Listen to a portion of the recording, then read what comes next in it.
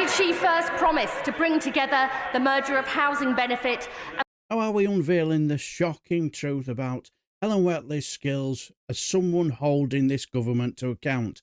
Where on Monday, the 16th of December 2024, started around unemployment on the 2024 budget, where Helen Whatley questioned Labour's change in language about the employment rate goal before the election.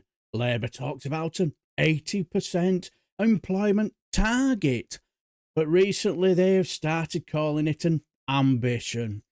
She pressed Alison McGovern to clarify whether this is still a firm commitment or if Labour has backed away from it. Then Alison McGovern responded that calling it an ambition was always the intention.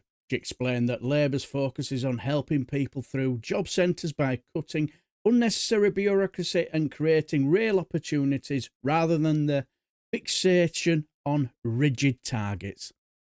Then Helen Whatley claimed Alison's response confirmed Labour had abandoned the 80% target, calling it a broken promise. She went further, criticising Labour's approach to the economy, saying their policies such as higher taxes, excessive regulations on business and harming business confidence make it harder to boost employment. Then she challenged Alison, asking how these measures would help achieve Labour's employment goals. Well, this reply shows you why she's just not very good at this. Minister. Thank you, Mr. Speaker, and I thank the Honourable Lady for her question. I've been able to bring forward proposals with the Secretary of State and with Secretaries of State from the Department for Education and right across government to get Britain working. And that's the way we will plot a course towards our 80% ambition. And I would like to thank the Shadow Secretary of State, because in response to our Get Britain Working plan, she was kind enough to refer to our plans as, quote, rearranging the deck chairs on the Titanic.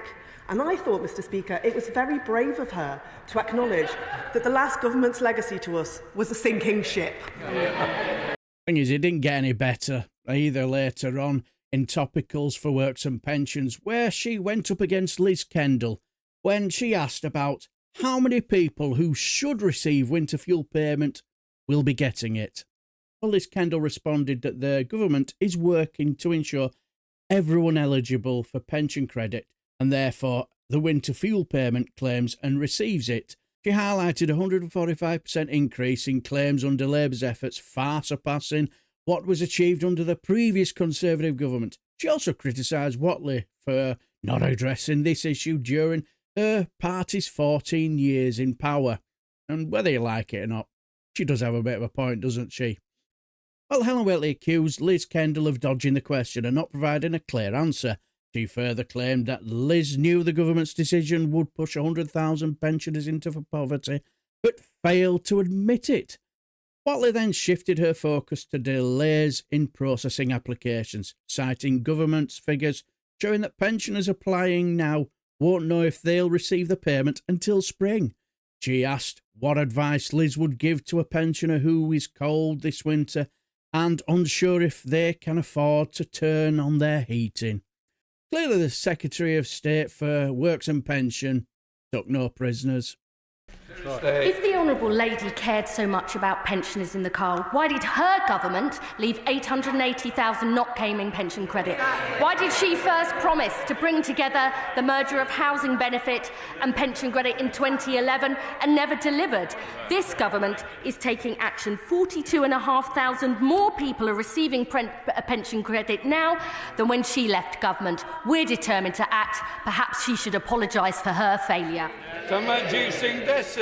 Now, I'm not trying to be cruel here, but the more I watch Helen Whatley perform at the dispatch box, where she tries to play, for me, something she's not.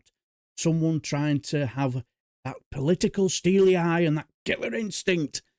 The thing is, I don't even think she believes it herself, really, does she? And if she doesn't believe in herself, Alison McGovern and certainly Liz Kendall won't either. And they certainly don't take her seriously either. And that's the problem, isn't it? If the ministers don't take her seriously and view her as quite weak, they're not going to be held accountable, are they? But what do you guys think? let me know down below. And if you enjoy everything House of Commons and Select Committee meetings, give us a like and subscribe, and I shall just bid you farewell and take care, my friends.